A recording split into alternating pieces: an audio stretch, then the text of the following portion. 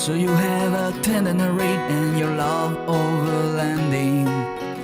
You have plans to do it big on the trace and some super glamping. One ideas, deep news and reviews, a podcast the first rate and here just for you. You don't have to think about it, join us and be about it. Something interesting we want to hear about it, come on let's talk about it. Welcome to Waypoint Overland's Random Waypoints Podcast.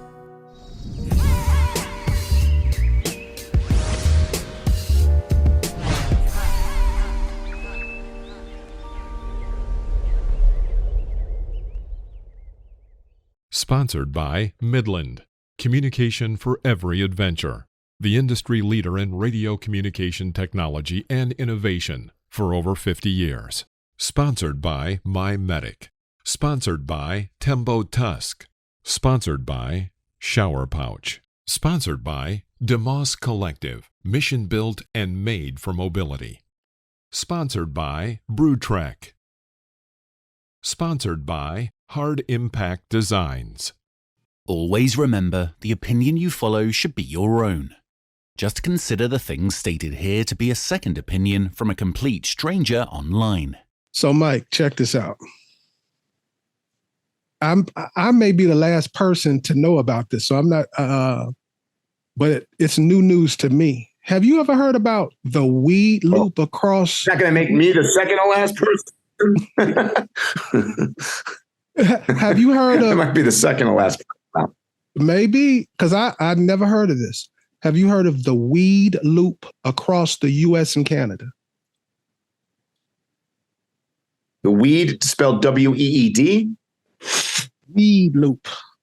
So I was talking to somebody about and giving them suggestions about places to go and stuff like that. And they were like, oh no, I never go to Utah and some other state that I was recommending. And it was like, and I was like, why? And it's like, oh, I only do the weed loop. I was like, what the hell is that? And then he said, pull up a map. And then he showed me every state that was legal. And he showed me how you can basically do a circumvent the United States, and almost all the states are legal. So you can do your travel and always be in a state where it's legal to smoke weed. And then he showed me further, and he was like, so you can go up to Canada all the way to Alaska. You know, you can do the whole coast. And he was showing how you can go across and take it through Canada and come in like how I did last year through Vermont and everything, and how you can basically travel around North America on a weed loop. And he was telling. I heard somebody talking about that. It's funny you say that. I did hear somebody talking about that. I don't think I heard it referred to as the weed loop, but I heard somebody say the same thing that you just said, that I avoid Utah because you can't smoke in Utah. So that's kind of funny. So I just thought that was I hate being the last person to hear news. And I was like, Mike probably knows about that. No. And it just made me think about with the rise of weed tourism in places like Canada. I'm sorry, in Colorado and places like that. Are we going to see a merging of this infamous weed loop with actual real commerce in the future? Are we going to start seeing events where if you don't allow that, will the event be popular or not? Because I'm talking to people now who base their decisions on whether they can smoke marijuana.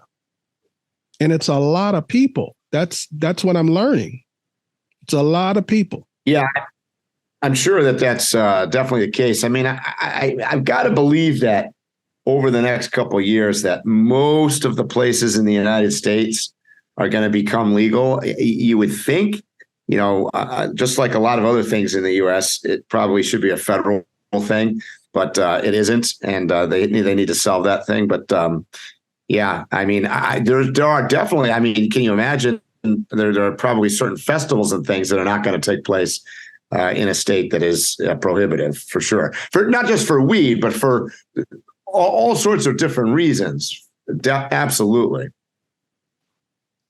Well, I think we're seeing the last of where elected officials try to stop the legalization of marijuana. I envision in the next 2 to 3 years, it's going to be across the United States. So this might not even be an issue in a few years because it'll just be legal everywhere. Yeah. But I just wanted to hear your opinion on that. So we can move on. I just was very curious about that. And if there's anybody listening that knows about this and has more information, I am very curious about this. All right, put it down below and let us know. So I posted on my Instagram that I'm going to Overland Expo, and I asked for a roll call to see who else is going.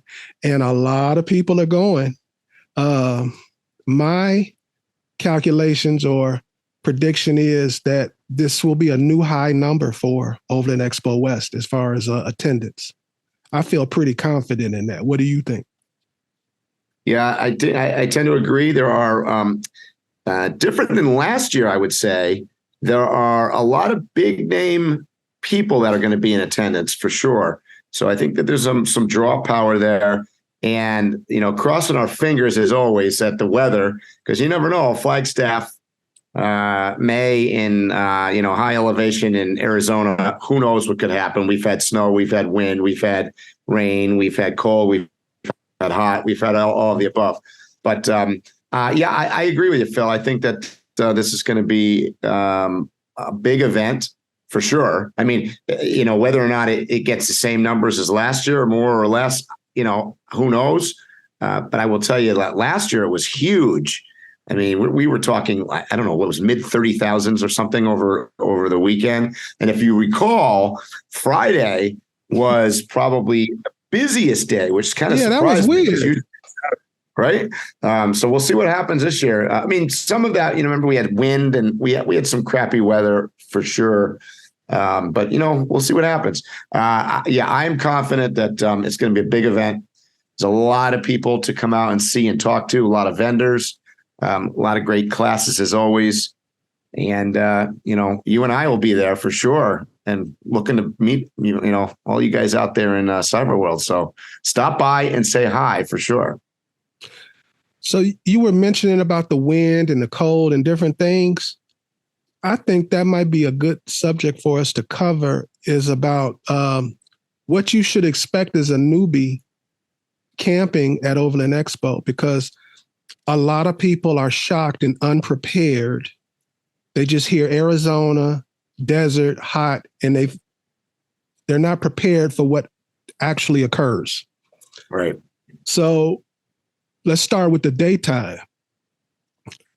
I recommend, everybody wants to have their cool hat with their logo on it and all that type of stuff.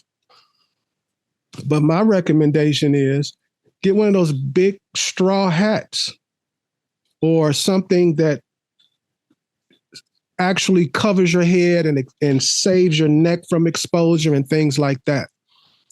Bottom line is, and the reason I'm laughing is because I know you have been to as many, if not more, Overland Expos as I have. Over the years, my Lord, we have seen everything from 3-foot deep mud that you could barely walk through to icicles and frozen stuff falling off. There's your hat. That looks good. Oh, that's a nice hat, Phil. Especially goes with the ear, the ear set there. For those that are out on our podcast and can't see it, he's got like a straw hat with the DMOS emblem on it there from the Shovel Company. I see it looks good. But as I'm saying, be prepared for everything. No whining. This is a no whining zone. It's called overlanding for a reason. So if you're going to camp, expect that it's going to be freezing cold or it's going to rain or it's going to snow or whatever. If the weather forecast says it's going to be great, fantastic. But my recommendation is don't believe it, even if it says that. And I just want to reiterate what you just said, because everywhere you go, people say, be prepared for different weather and layer and stuff like that. And then what most people do is say, that's Florida. It's going to be such and such. So they don't do it. This is a place you definitely need to do what we just said. Be ready for all temperatures. Me and you have both. Remember, we have both experienced. I was going to say, remember, it's at 8,000 feet, right? I mean, it's at 7,000 to 8,000 feet. It's higher than Denver, Colorado. So, I mean, yes, it's in Arizona. No, it's not what you would call traditional Arizona in your head, seeing a cactus and a desert. That's not Flagstaff. So let's go through a typical day as far as the weather and maybe what you'd be wearing. So I know for me, when I first get up between 6 and 8 o'clock, if I get up that early, it's rather chilly. So you've got like a sweatshirt on, or, you may even have on like a little puffy or something early in the morning. And then by 9 o'clock, it starts to warm up. And then you start seeing people taking their hoodies off or their sweatshirts or whatever, and they wrap them around their neck or they put them in their backpack, and they just have on a t-shirt and they have on shorts for the rest of the day. And then about 5 o'clock, when you're going to the happy hours, it's starting to chill a little bit. And then it goes off the rails after that. It could be freezing. It could stay hot. It could rain. It could snow. So I just really want to emphasize to people, don't think you've got it figured out. Yeah, just like in real life camping and overlanding, layer up. I do the t-shirt, the sweatshirt, the puffy jacket, the rain gear or windbreaker over the top of that. And like Phil said, you take one off at a time, and hopefully, because I'm like a sort of a turtle. I'm a warm weather fan myself. And hopefully it gets warm, but you never know, it may not. But just be prepared for all of the elements, and it's not just weather, or meaning like it's not just precipitation that could be the issue or temperature. It also can be wind for sure. I mean, we experiencing that last year. I mean, to say that it was windy is a gross understatement. And remember, fires this time of the year are a potential in that part of Arizona as well. So we have to take certainly look out for that. And be a little more descriptive about the wind, because I really don't want somebody to think. Well, do you remember we were if you look back? Yeah, well, yeah. If you look back, there's probably a video out there somewhere of you and me holding down an easy up while we're trying to do an interview with Outdoor X4 magazine. Outdoor X4 magazine. That's right. And we are literally talking and holding because, I mean, it had to be all at 50 miles an hour at least. I mean, there were easy ups and signs and all sorts of debris blowing around, and it's super dusty. Now, having said that, I'll give you the pre-up. There's been a significant amount of snowfall and weather this season. So last year it was dry and because it was windy, it was very dusty. This year, you might want to bring your duck boots and some boots, because there's definitely a possibility that the ground is going to be wet. I don't think you still explained how windy it was. When we were holding that easy up canopy, here we go. It literally was lifting us off of the ground. That's a powerful wind to lift us off the ground like that. Yeah, I remember we were talking to Michael from Overland Bound as well, and it was pretty weird. We could barely hear ourselves talk. It was crazy. Yeah, so I was laughing at you guys because the wind was blowing to my back because I was the cameraman, and it was blowing right in you guys' face, and you were just trying to look like nothing was wrong. Yeah. So another thing I was going to suggest, if you've been trying to come up with a good excuse for buying, like what you just did, a nice expensive water bottle, this is a good excuse to get one, because I advise you to have a good water bottle with you on one of these trips. to Overland Expo when you're walking around. If you were to ask the medical people, remember elevation. I'm glad you mentioned that, Phil, because elevation is a scenario where you really got to make sure you hydrate. And if you're not hydrating, you're going to end up, particularly if it's warm. Just be very careful of that. We had some problems with some people actually last year in Bend, Oregon. It was sunny and warm, and people were definitely getting heat frustration and stuff. So you just be very careful with that. And the elevation obviously makes that considerably worse. And then in a rare instance, that's possibility that you might have a cocktail or a drink later on. Alcohol causes an issue with that as well. So just be very careful. And if you're concerned about, well, I have the water bottle, there's plenty of places all over to fill it with water. So they have little stations to supply your water on a personal level. And even though I said that, don't think that just because they're supplying that water, that they have enough water to fill your tank or something like that. It's not that kind of party. Right. So, and while we're talking about it, let's talk about, besides just the weather, of other things that I encourage you guys to bring. Walk around with a pen and paper, some kind of notepad or something. You're going to find lots of things you might want to take notes on to just kind of remember later. Or if you're one of the people that uses your phone, that obviously works as well. And in a bag. Don't necessarily rely on, yes, you get an Overland Expo bag. Some years they're great. Some years they're not so good. Who knows? But just, bring a bag that you can comfortably carry. That's not going to tweak your neck or hurt your back by the end of the day. And you can load it full of business cards and flyers and, your notepad, extra water, batteries if you're carrying a camera or whatnot. So that kind of stuff, just be prepared, because I'm not going to say this. It's a big event, super spread out. So if you're going to head out, just count on not being back at your camp for a long time if you're going to walk around. So just bring everything with you. So a comfortable including your layers definitely helps.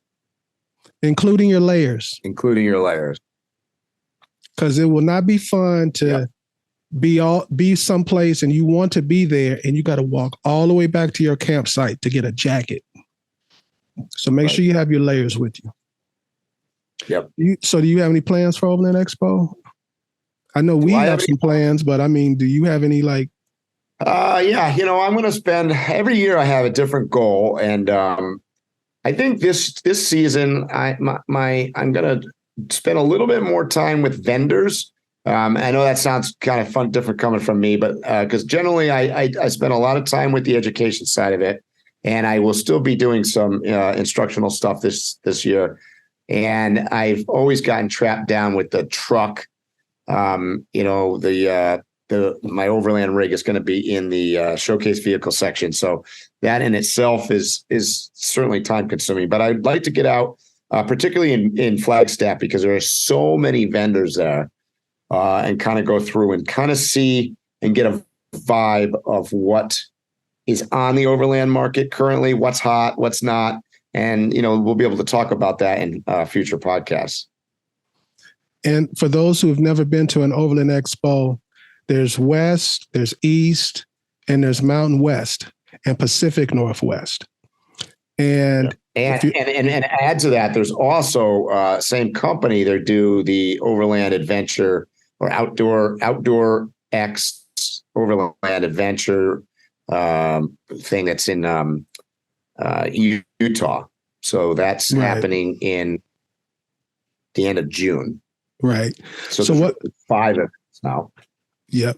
So where I was headed with that was, if you're only going to go to one, and the reason you're going is you want to see the most vendors. Maybe you're shopping for a new tent or a new trailer or whatever it is. If a vendor can only go to one event, he generally chooses West. Yep. So you'll have the opportunity to see the most of whatever it is you're interested in. If you are a person that likes to see concept vehicles or vehicles being introduced or new products being introduced, West is usually the choice for that. So that's why. And to add on to that, the social media icons or people that you may follow online, the lineup this year is very good. And West also generally attracts more of those people as well. So, there's a lot to do. It's a short window. When we're talking only, Friday, Saturday, Sunday, it sounds like it's a big amount of time, but it could take you all weekend to get through all of that. Oh, most definitely. Now, part of what I do requires me to walk almost every lane, every aisle of the entire event. And when the event is over, I still haven't seen a lot of stuff. And I do it methodically and still miss a lot of stuff. It's like, I would say the Walt Disney Land, it's the Disneyland of Overland events. Yeah. Yeah. But with that said, it's the best event for education. It's the best event for you to shop. Even if you're not going to purchase, but you just want to be able to compare things, this is the event where the owner is usually there, representing whatever his product is. So you can actually talk to the owner. And usually when you talk to these owners, they want to tell you everything about their product and they'll break it down for you. When you leave there, you'll have more information than you ever wanted to know. Yeah, that's true.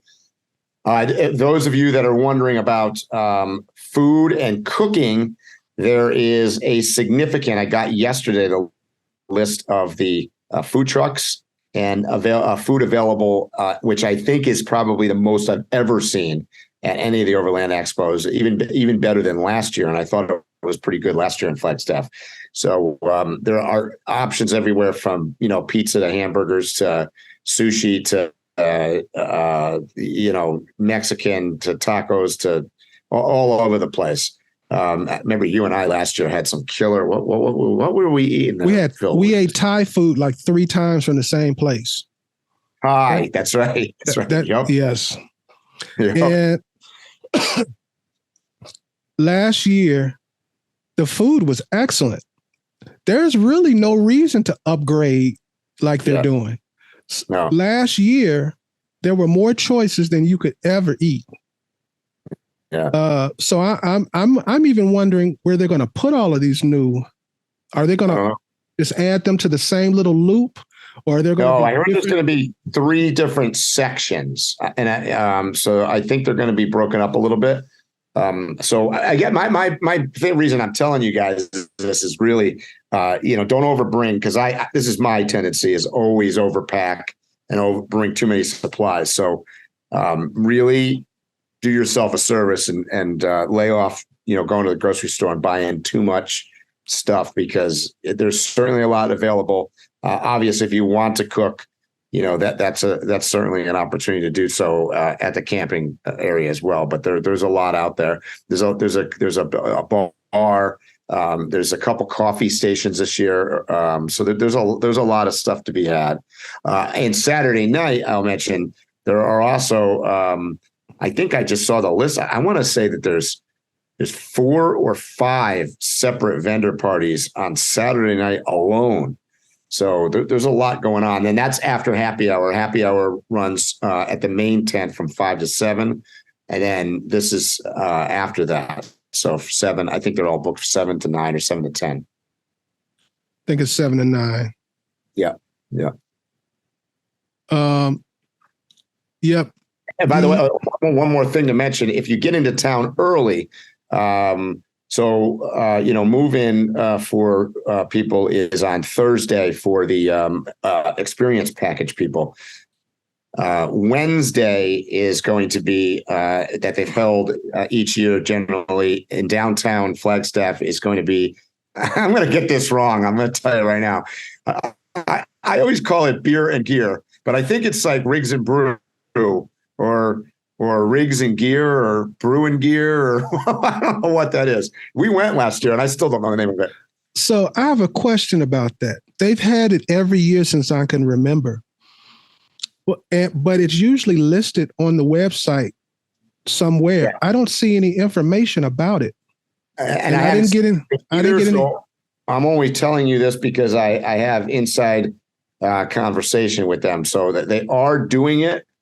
I have not seen it posted anywhere either, but so I'm just kind of sending it out to you guys out there. If you're in Flagstaff, that takes place in downtown Flagstaff, right in the little, I call it the old historic area of it.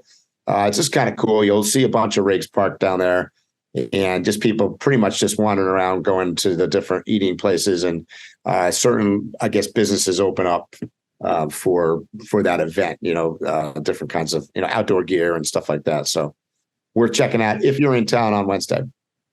A lot of people last year were downtown. The later it got, the more people showed up. The streets were packed. It started out just me and you, but by the end of the night, it was about 30 of us maybe. Yeah, I know. The group got bigger and bigger. Then we were like literally going from place to place. In the forest. Yeah. So the reason for me telling you that is it's a very social event. You're not going to just be driving down there, parking, and then looking at people's vehicles. People are interacting with one another. People are grouping off. People are having conversations. It's a great environment. I'm surprised other events haven't incorporated that. They steal everything from the expo.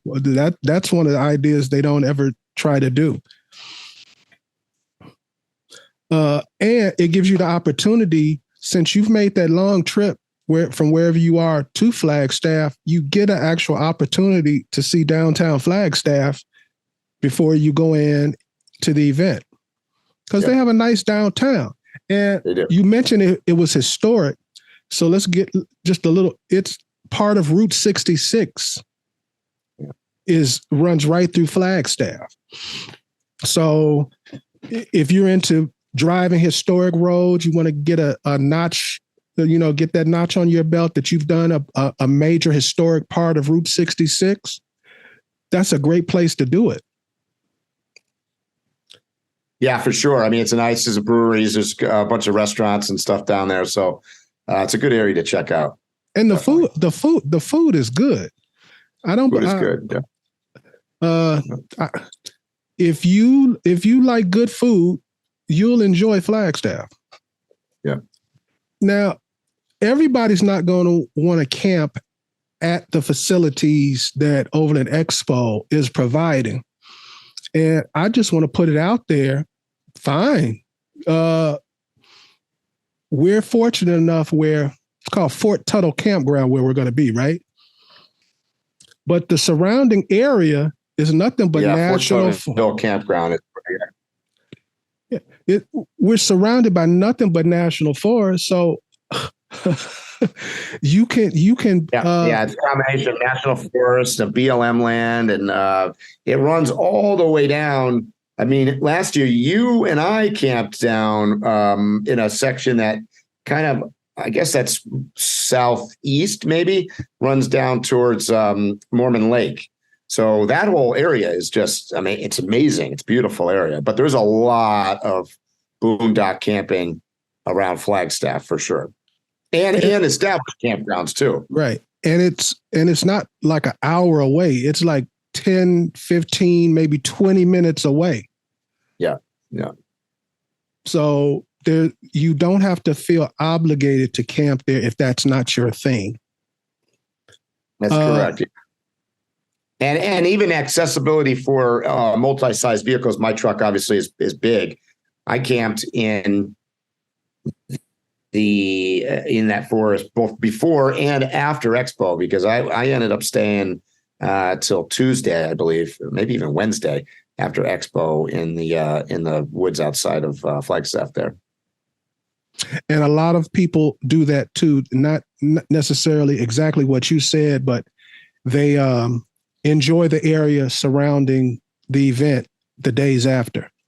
So if you're planning on coming, and you have the time, make this a wonderful trip.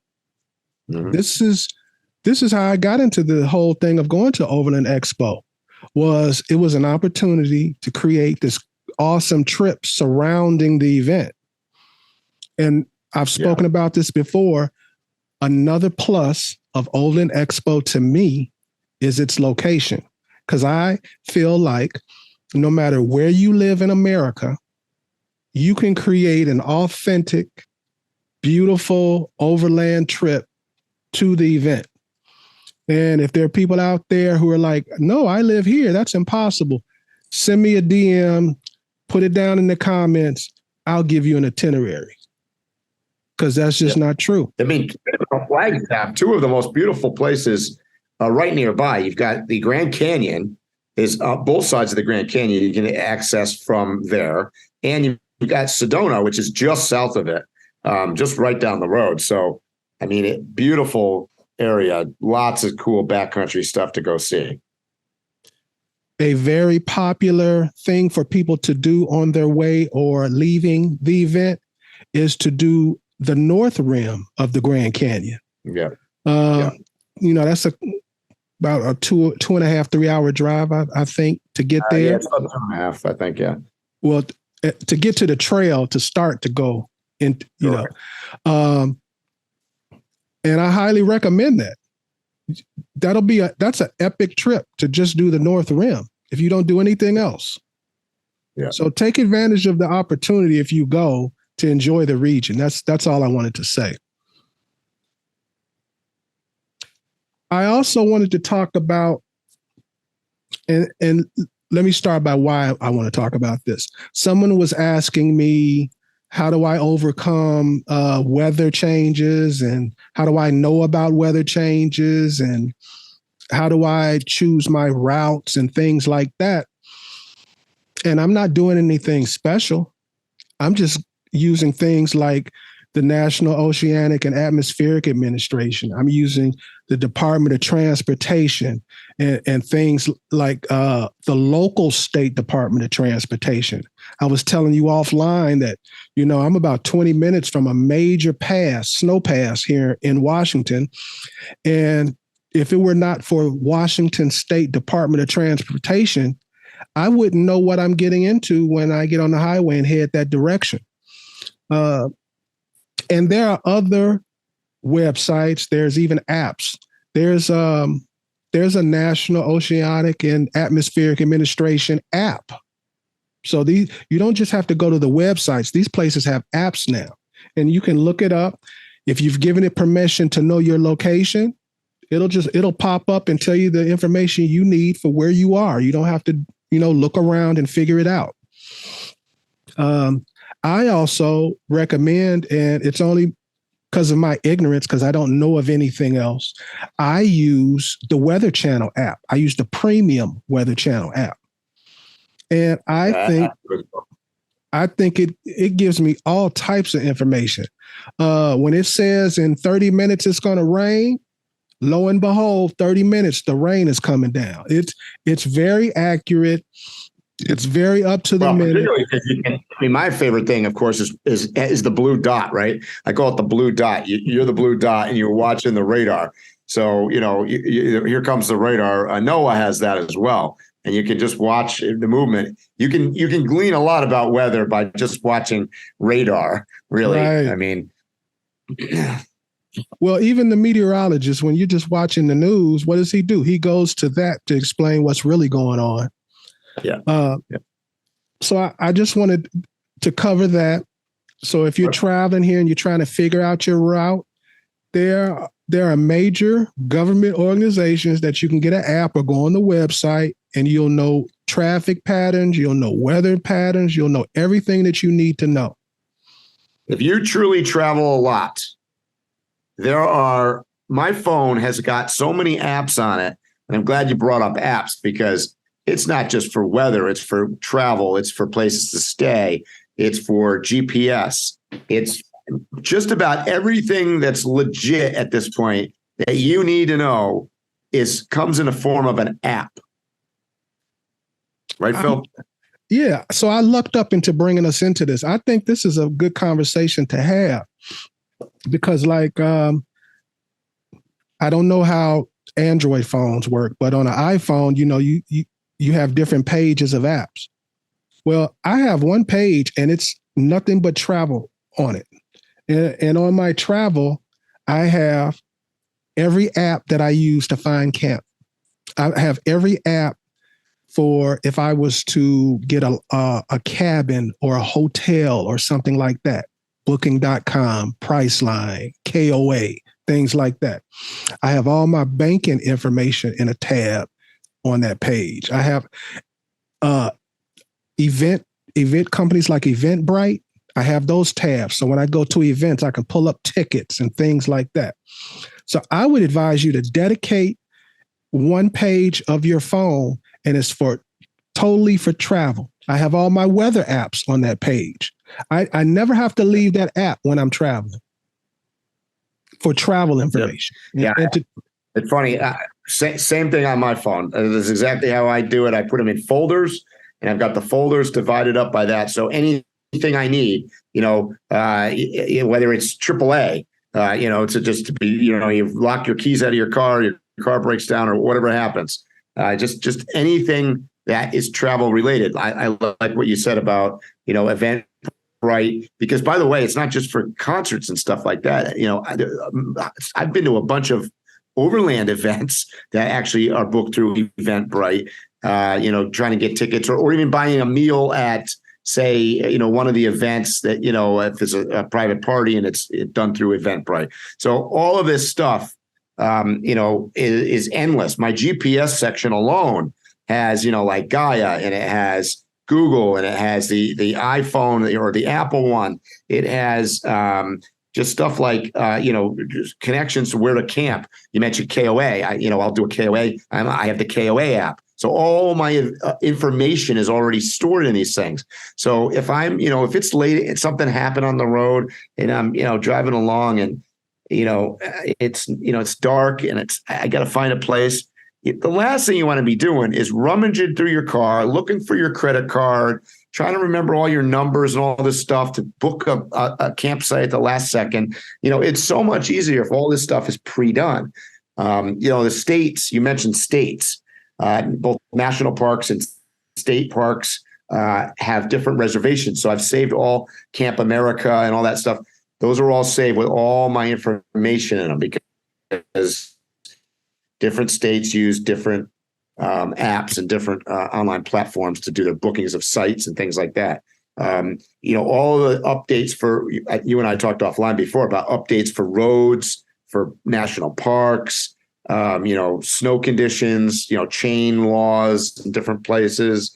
A lot of national parks now are requiring reservations to, like Glacier as an example near my property in Montana, to go up the road to the sun, you gotta book that in advance. So that's, nowadays you better have a smartphone and you better, make it, I always say, make it a smartphone. Like it's not just a camera.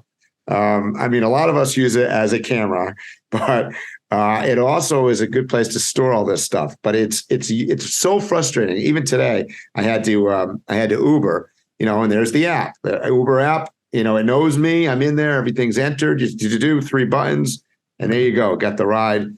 So that kind of stuff is really time saving, which always goes back for me into making your trip so much more enjoyable if you don't have to struggle with stuff.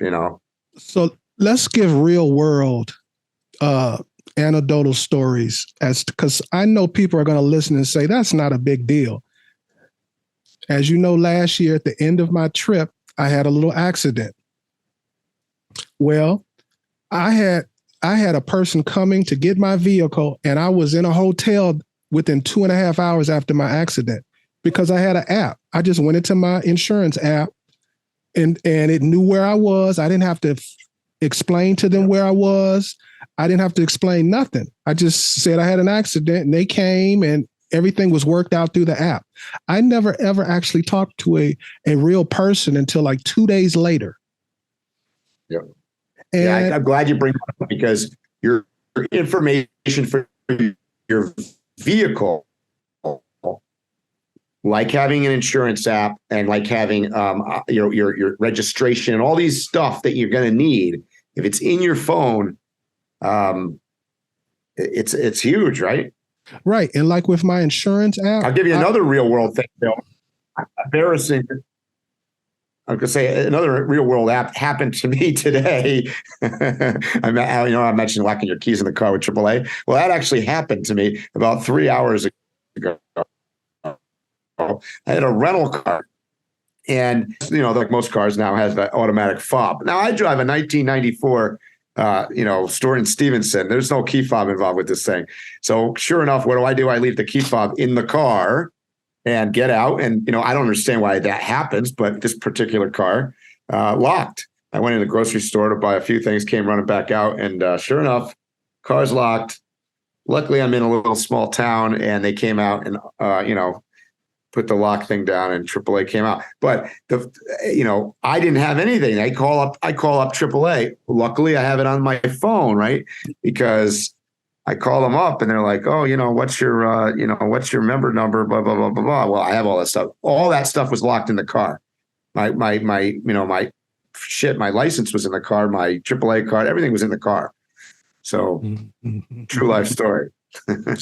And as far as like when we were talking about hotel and camp apps and stuff like that, we can give another real world. Last year, think about when we had 7 vehicles on the Blue Ridge Parkway, and we seamlessly did a trip down the East Coast because everybody was able to get on the app, find camp spots, find things. Remember, we were talking back and forth on the radios, and we were able to sort out things that some people plan weeks and months ahead of time, and we were doing it on the fly. I don't suggest doing things on the fly, but it allows you to have some spontaneity. It allows you to do last minute things when necessary. And we were traveling in a group with it was 6 trucks or 7 trucks. So on the GMRS radios, we were able to communicate, because it's not always, by the way, it was leaf peeping season, right? So it's busy. And we were trying to, call it up campgrounds, basically being like, hey, can we get 7 trucks in there? And they're 7, you want 7 sites? We were like, well, we could probably put 2 at each one, really, honestly. We're all traveling together. But you're right. It's the more that you have accessible to with you all the time, the better. I think we need to do a separate podcast and go through apps. Because I have like a list of apps that I think you should have on your phone if you're a traveler. Yeah. By the way, some of them we didn't mention yet. Gas apps. I use Mudflap because I drive a diesel rig. So Mudflap is an app that truckers use to get better prices on diesel. So I will tell you, there are diesel fill-ups. When I'm traveling across the states, I can get up to sometimes it's as much as $1 a gallon. That's huge, particularly when you're filling a rig like the size of mine. That's a big tank. Yeah, and for those who haven't used these kind of apps, some of them literally have a little map that goes with your location, and it just has these little flags, and it's like $4.99 a gallon, and it shows you the little flags. You click on it, and it'll give you directions on how to get there. Yep. Which, by the way, interesting you mentioned that. People ask me, weirdly enough, I have literally in my cab 3 forms of GPS navigation going at any one time. I have my Garmin Overlander, which is my main GPS. And then typically I will have my cell phone. And I also have an iPad mounted in my cab. And people say oftentimes, well, that kind of seems like gross overkill. Not necessarily, because I'll be running, first of all, none of them are ever 100% right. So pre-warning there. But occasionally I'll be running my main navigation. And then like Phil said, if I bring up, say, it's $1 cheaper there, boom, I'll hit go in my cell phone, and that's running a kind of a separate GPS, but they'll bring back together or whatever. But it's a lot easier than having to reprogram my main Garmin Overlander, because I want to get gas over, maybe it's a town over, but it's $1 cheaper. So, they're right there on my tank. I'm going to save $80 in one fill up. That's a lot. Yeah. I use it in a similar way as you just described, but sometimes when I'm traveling, maybe I hear something on the local radio or an idea pops up in my mind to do something completely different than what I was going to do. Well, I can research on one of them and still have the other one running and continue on going on my trip. So if I continue the trip, it hasn't been, stopped. And I can just go deep down into the research because I'm not worried about what I'm doing on this tablet or whatever, or my phone.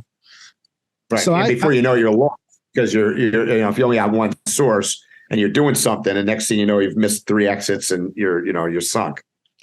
And another thing that I like about it is they give, like I have the 3 GPS setup like you do. And what I notice is they'll all have a very, very similar route.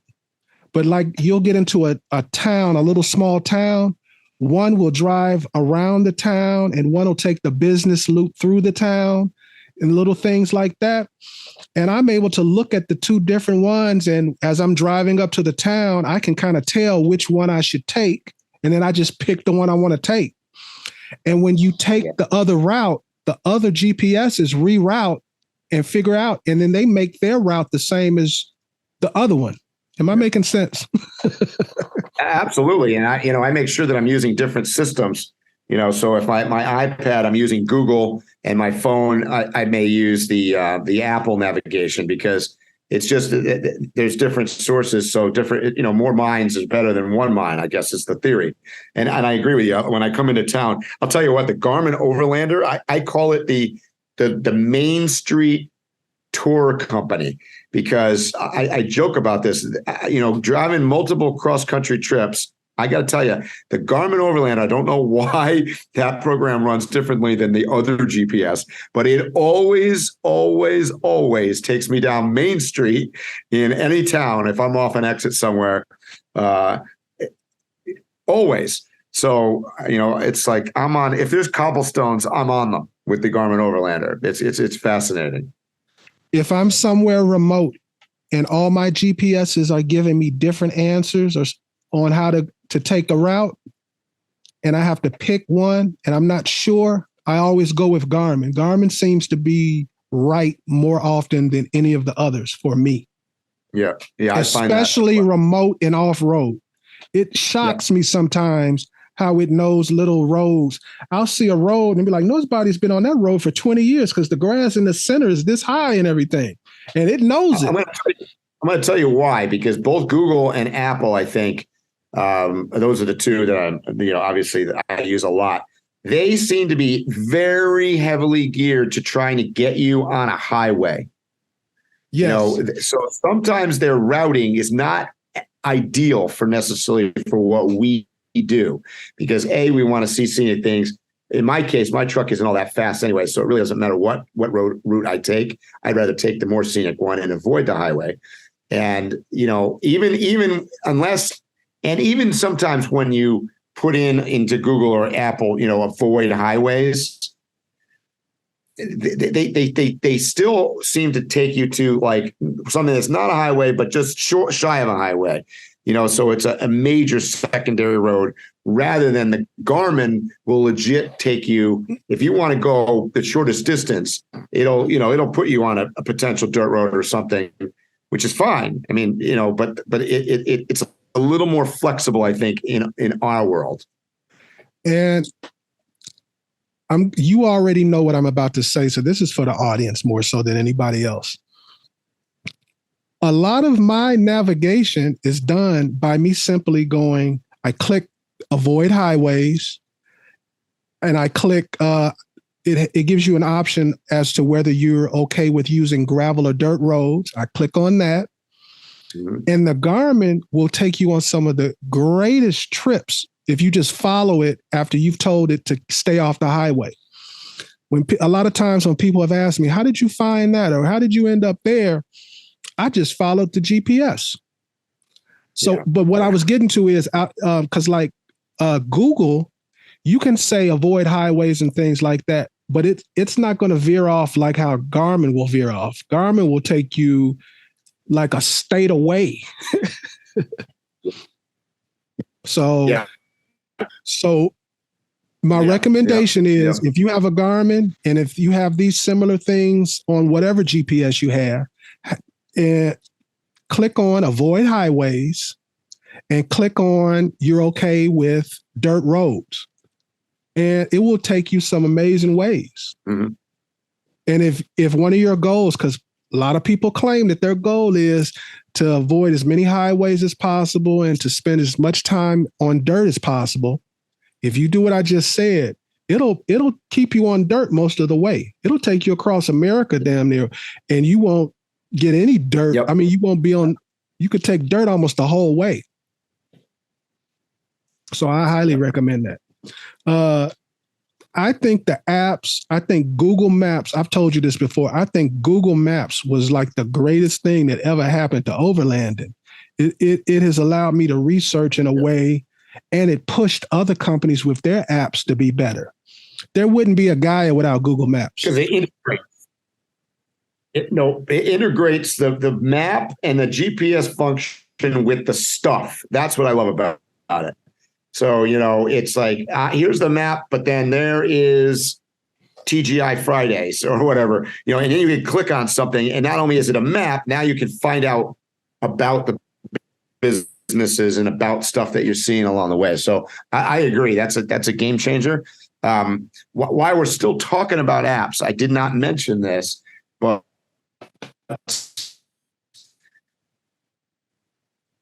I try to keep an app from it may be one hotel chain, for Sheraton hotel chain, for the Marriott hotel chain. I got, all these things, airlines, another one. You can take advantage of points on all of this stuff, whether it's hotels or airfare or all this crap. So don't be lazy. And when you book something, and you'll get, and I know this is human nature. You'll be like, well, I just booked a Delta flight, but I never fly Delta, so I'm not going to fill out all this crap and get their app and get their freaking flyer miles and all this stuff. And then inevitably, I'm going to tell you what happens. 6 months later, that thing you said you've never used, you're on it again, and now you could have probably gotten a free flight somewhere, but you didn't because you didn't do it. So, it's like KOA campgrounds. So like I'm like a preferred member in there, and it's not something that I typically I'm looking for, but I'll tell you what, they're consistent. And when you're, when you just don't know the area, you don't know what's going on, and you don't have enough time, and you're just, whatever you're doing, you're transiting through. I look for where the nearest KOA is, because I know exactly what I'm getting when I go there. All my information's already in there. It's not some new thing I gotta, create. Just telling you. I mean, the more organized you are on the road, and apps, that's what apps do for you, is organize. Yes, I agree with the points thing. Another advantage of the points thing, at least for me, is sometimes I was going to stop somewhere for a day. And then when I got there, I was like, oh, wow, I would love to be here another day or two. And I walk right back into the KOA and I say, can I use some of my points? And I might stay 2 more days and I spend like $5. Exactly. Yep. I'm talking about in a cabin. I'm not even camping. I'm in a cabin for $5 for a couple of more days because I have so many points. Hotel. Yeah, whether it's campgrounds or hotels or airlines or anything really travel related, restaurants for that matter. The market is so competitive that they're all trying to one up the next person. So they're all looking to reward loyalty, right? They're all trying to get your dollars. So take advantage of that. It allows you to be spontaneous. Gas, all of these. It allows you to be spontaneous. Like my wife has so many airline points that she just pretty much, she'll at the last minute do things because she knows she has the points. Yep. And I do the same thing with my travel points. I'm able to do things at the last minute, not because I'm rich, but because I got points. I'm flying tomorrow morning. I got a flight at 6 a.m. I'm in St. Louis right now. 6 a.m. in the morning, and I'm flying back to Baja, Cabo San Lucas, and I'm flying for free. on points. Yeah, I don't understand how people turn down points unless you just don't travel. It just makes no sense. No. I have so many points at KOA that when I check in at a KOA, they literally are like begging me to use points. They're like, you don't want to use your points? You should use your points. You have a lot of points. Like, It's funny you say that. I remember that when you and I were in where were we? Yeah, like in North Carolina or somewhere. Like when we were in Asheville or somewhere, and they were like, "Phil, are you going to use your points?" That was hilarious. I only use them usually for like the second or third day. I like having that big buildup of points. One day I'm going to take a points trip if I can. Yeah, one day you might need it. You never know. You might be in a situation where you need them. So it's like a squirrel storing up the nuts. It's important. So last thing about KOA is some people love it. A lot of people hate it. And most of the people who hate it have never gone to a KOA, or they use it. They're not really a traveler. I highly recommend KOAs. And for you new nomadic overlander people, you don't lose cred for going to a KOA. And if you think so, whoever you're going to tell me, well, I watch so-and-so on YouTube and they never go to one, tell me who they are, because I'm pretty sure I know them and I can tell you about the time I've seen them at a KOA. I was about to say, I've hung out with a lot of them at KOAs. Just because they didn't film it doesn't mean they didn't go there. You know my pet peeve. I know guys who they only do KOAs and they go film camping and then they go back to the KOA. Baggers. Right. I want that out there. Every time you're watching a video and the guys are sitting around the campfire and they're talking and everything, a lot of times right after that video ended, they packed up and left because they don't camp, or they don't camp as much as they infer on their videos. Not even close. That's so why. True. So true. And you'll have some people, because I have been the person that they've directed their ire toward. I've had people, I'm on a great trip and I'm camping here and I'm camping there and all the scenic stuff. And then I post that I'm at a KOA and then everybody gives me a lot of crap. And they're like, what are you doing? And everything. And I'm like, did that just disqualify all that other stuff you've been seeing for the past 2 weeks that I went to a KOA? Yeah, I mean, I'm with you. I mean, I've just found that, and the reason I'm going to just throw this out there, and I know we'll probably get flack as the two of us are sitting here talking about KOAs on an Overland podcast, but I'm going to tell you, over the years, I've stayed at a lot of different places, a lot of different campgrounds, a lot of different boondocking locations, BLM land, you name it, Cracker Barrels and Walmarts and even Home Depots and all sorts of stuff. What I'm going to say about KOA is they're consistent. They tend to be a little more expensive than your average campground. However, they always have the same kind of facilities. They're franchises, right? So they're required to have certain things. They've always got a pool. They've always got a laundry facility. They've always got, the power grid on each site. It's very consistent. Their stores stock the same things kind of inside. They're all in a system. They generally have nice like kids playgrounds and places to, like, if it's really crappy weather, to stay inside in pavilions or inside, TV rooms and stuff like that. So they're just super consistent. They also generally are located in good areas. They're usually in safe areas, and they're usually located near things that you would want to go check out. So, and when you check in and you deal with these facilities, it's never some kind of random. I don't want to downplay independent small business or anything, but occasionally I've stayed at my fair share of campgrounds where you pull in and you're like, oh boy. Ew. Yeah. Who knows what's coming? So that's kind of eliminated. So I particularly like to use a KOA if I'm transiting a place, or if I'm in a rush, or it's late in the day or something where I don't have to, I can turn off the brain.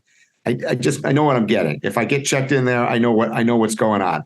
I don't have to be like, do you guys have laundry machines, or do you have this, or what? They're all the same. And that's what I like about the KOAs. They are so consistent from location to location that I feel very comfortable coming in late after hours when you have to self-check in, because I know it's not going to be different than the last one. It's going to be the same format every time. So I'm not going to feel uncomfortable getting there when it's dark and no one's there to greet me and take me to my site, because it's not going to be any different than the last place I went. If it's different, it just means well, I would say the other thing to mention is that they're typically, and maybe there may be a limit on for the franchise, they have to be a certain size. They're typically larger campgrounds too, and the advantage of that is it's less likely to be full because they're just and they have more facilities for different size rigs and whatnot. And I've never been turned away at a KOA for any kind of rig, because I know that goes around out there too. People I've heard on, not allowing schoolies or, self-built things or different stuff. I never experienced that on any KOA where, I typically am driving something weird and I've never had any problems. Yeah, I think that's hilarious how bougie RV campers can be, where there's certain RV camps that your vehicle has to be like a certain amount of years old, a certain height, a certain weight. Some of them literally need you to send them a picture of your vehicle with your reservation. That is crazy. Yeah, that is insane. I will tell you, some of that has to do with insurance because of vehicles that were, I don't want to say they're discriminating against them, but they're trying to weed out the really hacky self-built stuff, in the event that there's a fire or something that their insurance doesn't allow it. But I will tell you, and that's the argument, of course, that they're always going to use. I don't know how true that really is, because like you said, I know of some facilities that require you to send a picture of what it looks like, blah, blah, blah, blah, blah. I don't think that has anything to do with insurance, because the fact that your RV might be built in a factory, but it was built 12 years ago and it's brown, shouldn't affect the insurance, There was a place in California I saw that required everything to be white. Like all the RVs had to be white based. So, your typical big Class A's and travel trailers and stuff, usually they're white in color. And, they could have stripes and stuff on it. But what I think it was weeding out is like old stuff, or some of the new stuff like they've come out with. I've seen, I forget what company makes it, where they're orange or they're different colors. They're clearly like somehow trying to avoid that. Why, God knows. So I don't think that's insurance. I know it's not insurance because I talk to people that own some of these campsites. I ask them questions, and I talk to RVers, and it's no different than like neighborhoods. It's just, I don't want you in my neighborhood because I think so much of myself. I don't want to be with the riffraff. That's right. The bottom line. And they feel like they have a stereotype of the guy who buys the schoolie. They have a stereotype of the do-it-yourself person. He's a hippie, or she's a hippie, or hippie couple. They smoke weed. They're loud. They you know what I mean. They have a stereotype, and they don't want to be around those type of people. Right. And two things that I want to bring up quick. It works in opposite of that too, because I've seen a growing trend of some communities and RV parks that are geared only towards van life, that aren't allowing bigger rigs or don't want RVs in there. So it works in the opposite direction too. I'm not really keen on that either. I think I think it's just, I don't care whether you're in a Jeep or a Class A RV. Who cares, right? I mean, people out with different modes of transport doing the same thing. Yeah, I always just think to myself in situations like this, what makes you the gatekeeper? What qualifies you to be the gatekeeper? Right. And that's the problem. It's very subjective anyways, right? So, I love it. We're on a podcast and we're going all over the place. We're all off topic as usual. I got two more things to say. One, let's end the KOA thing. One bad thing happened to me at a KOA, actually happened to us. We speaking of laundry, we put our laundry in at a KOA. Remember that? So we both lost our puffy jackets. Our Patagonia puffy jackets did not succeed in making it through apparently it must have been the temperature of their dryer. I don't know. I've never seen anything like that. They literally came out. Remember? I knew that my jacket and my vest could be damaged because it's material. It can be, but it shrank down to like the size for a toddler. It was, and then the I would other say one, 3-year-old or less. And then the other one was burnt up like I had stuck it in a fire. And I had all those. I don't know why it was only Patagonia, though. We had all sorts of stuff in there. I had 3 pairs of Patagonia shorts that came out looking like somebody just ripped them into little fabric markers. Confetti. Yeah, I don't understand. And then the other thing is totally off random. See, this is why we go random here.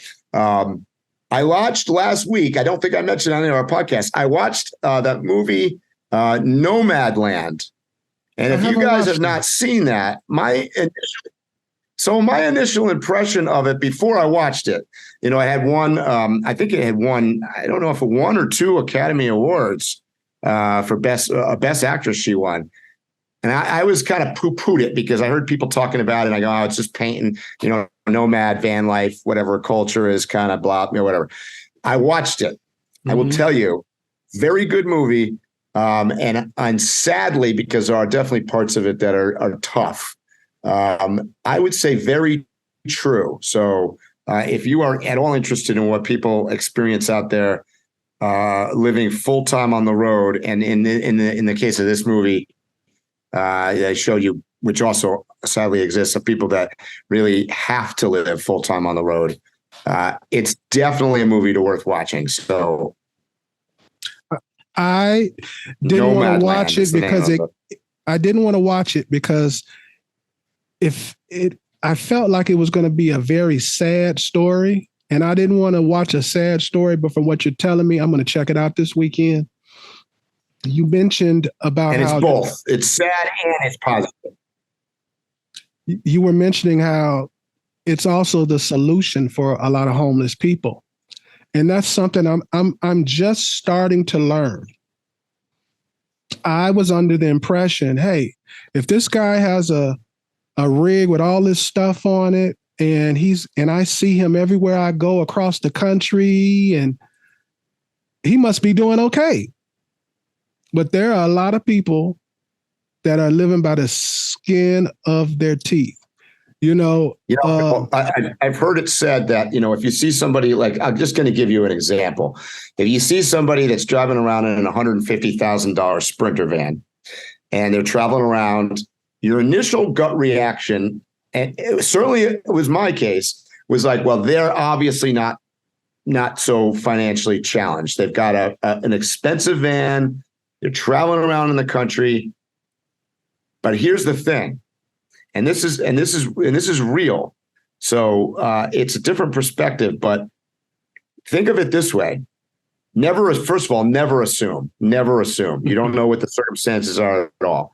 But I'm going to give you an example. What if they had a $500,000 house, and it was, mortgaged $400,000 of the $500,000, or $350,000 of it, whatever, was mortgaged, and they lost their job, We went through a recession. They've laid off. They worked for, who knows, you name the company, right? Amazon, Google, Facebook, whoever. And they were in Crapville. And all they had was when they got rid of that house, and they had no other assets. They owned, credit card debt and all this other stuff. And that's all they had left. And, the market, I can tell you, being in real estate, the housing market is challenged. It's very hard. Stuff's way overpriced. They took their last $150,000 and bought that van. So just because they're driving around in a $150,000 Sprinter van, they might have $0 to their name. And that's it. And the reason they bought that is that because they knew that was the most inexpensive way of being able to have a roof over their head, quite literally.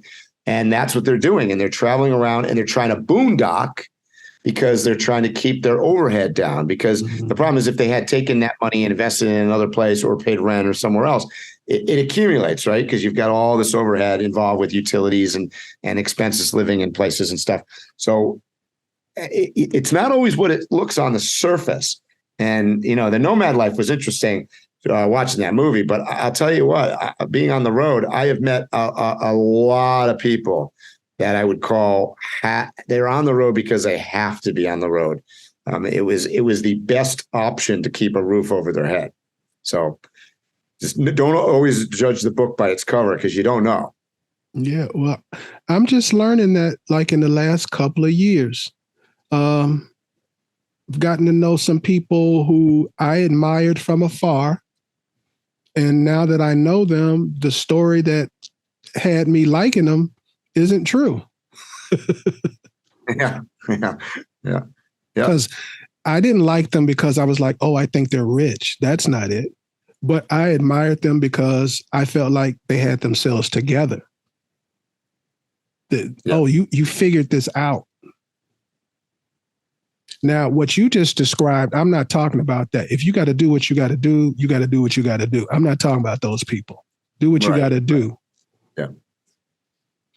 Yeah. But and there's every range, obviously, from there. So, the movie presents a woman that very similarly, lost her job. Essentially, the town closed up. And I think that takes place maybe 10, 15 years ago, actually. But in reality,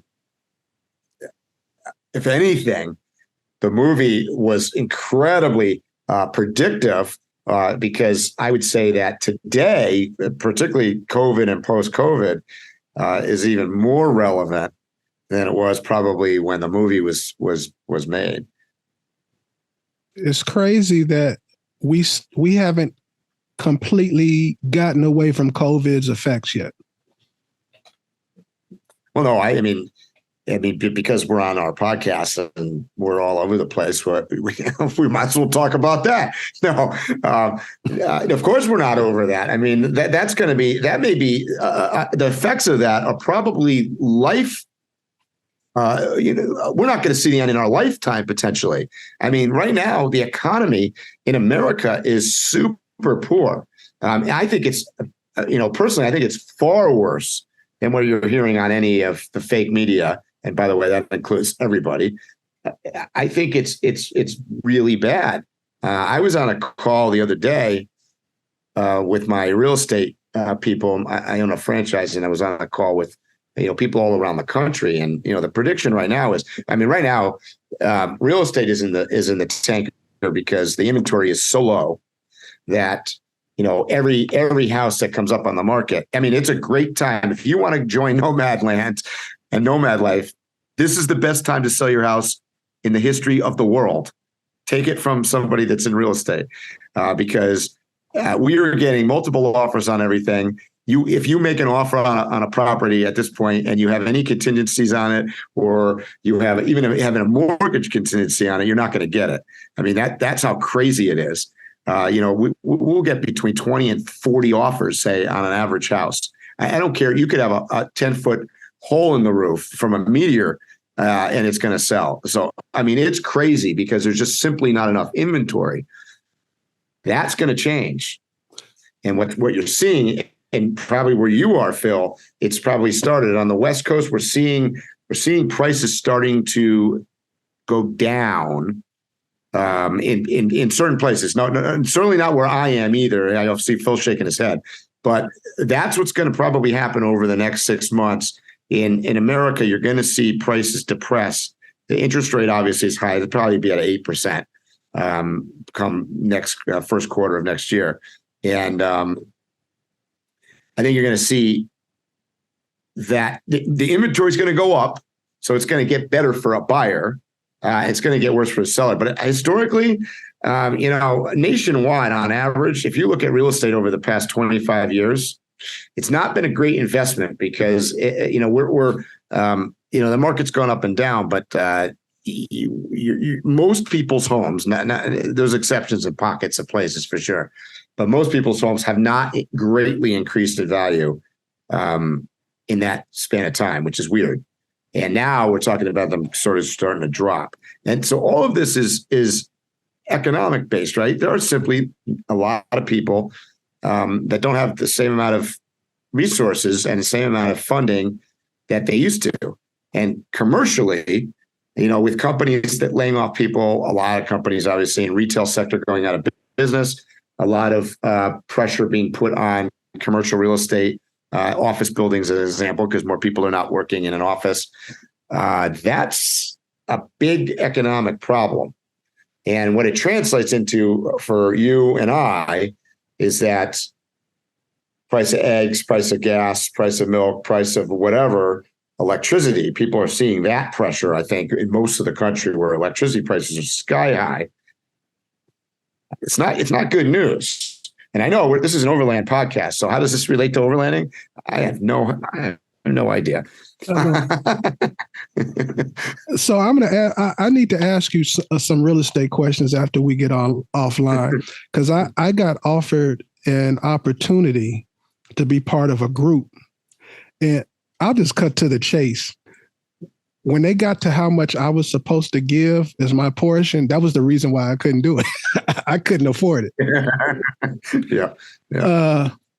They assumed I had money that I do not have. Anyway, there are groups getting together to buy and rent pretty much all of downtown, most of the Amazon buildings that are closing down or whatever, and they're going to reconfigure them to be homes. Some of them will be condos, some of them will be rental apartments. Some of them are actually going to be taken over by the city government and used for low income housing. So real estate has really, really changed, because I never thought I'd see a day where that would happen. And that may solve some of the problem that we're having right now when you have a shortage of inventory and a shortage of places to live. Well, it'll solve the problem.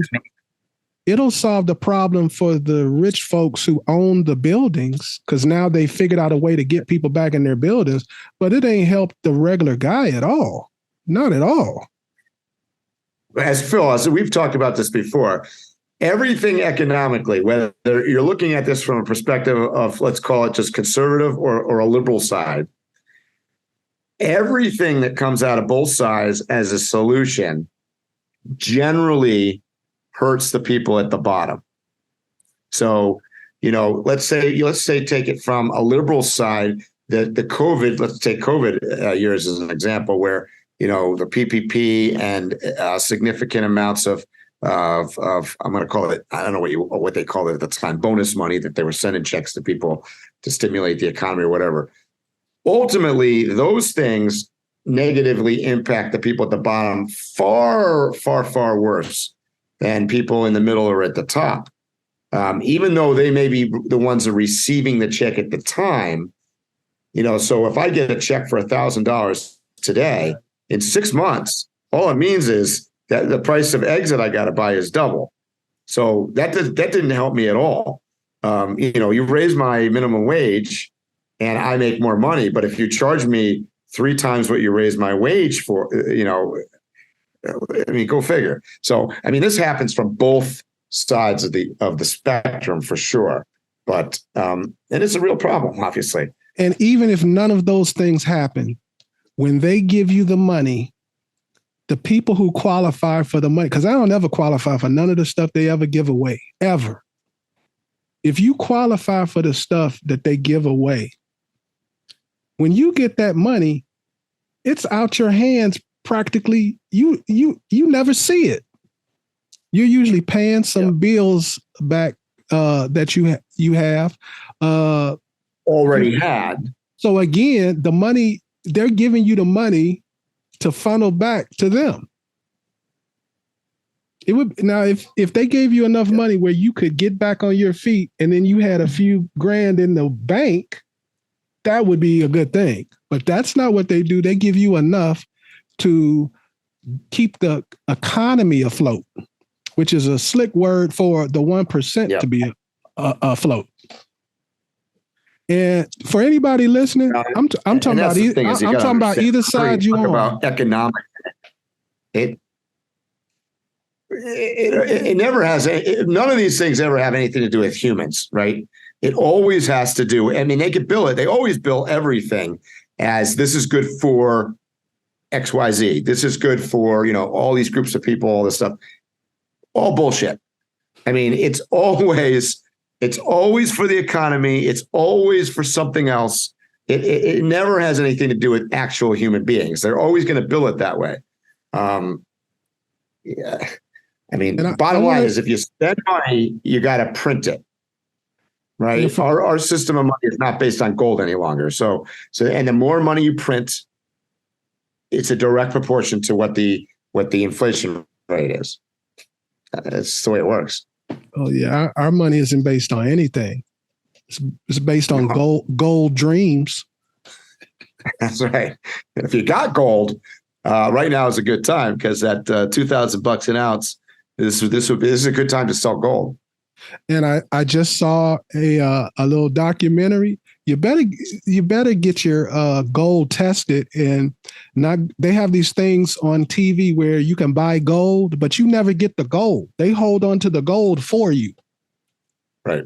So you better actually physically get the gold, and then you better go get it tested. Yeah. Yeah. Good point. See, you turned into an Overland podcast, and you would expect us to be talking about Jeeps or something, but we're talking about gold. And gold is, so let's bring it back around for those who don't see the direct connection. Because of our government, because of the way things work economically, one, it makes it hard for those who want to become travelers or nomadic. And a large majority of the ones who are doing it because it's an economic decision that's been forced upon them. So that's all we're really talking about. Yep, for sure. Yep. I really hope something changes soon because the future looks bleak. Well, yeah, I mean, I wish I could say something different, but I think we're into this for a while now. We had sort of like the 2 years, I'll call it the 2 years plus of a pandemic scenario that affected us. And now we're into let's call it a 2 to 5 year post-pandemic. And by the way, I'm not suggesting that this is all pandemic based. Things go up and down. There's lots of factors that are going on, but I'm just giving you as a time reference. I think you got a couple more years of change. Change is probably a good word.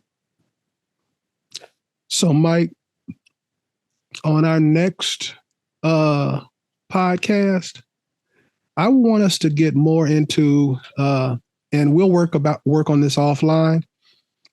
We're going to show all the apps that you have on your travel page. I'm going to show all the apps on my travel page. And we're going to talk more in detail about them. Not that just we have them, but how we integrate them into our travel and why we love using them and how they help us travel. I think that'll be beneficial for a lot of people. Agree. Yeah. It's all the time. I'm like, what do you use to do this? Or what do you use to do that? So I think you're right. I think that's definitely a good topic to spend some time on. All right, everybody, you know what I'm going to say. Stay safe, tread lightly, and hopefully I'll see you here or on the trail soon. You have been listening to Waypoint Overland's Random Waypoints. Like, subscribe, and stay tuned for more.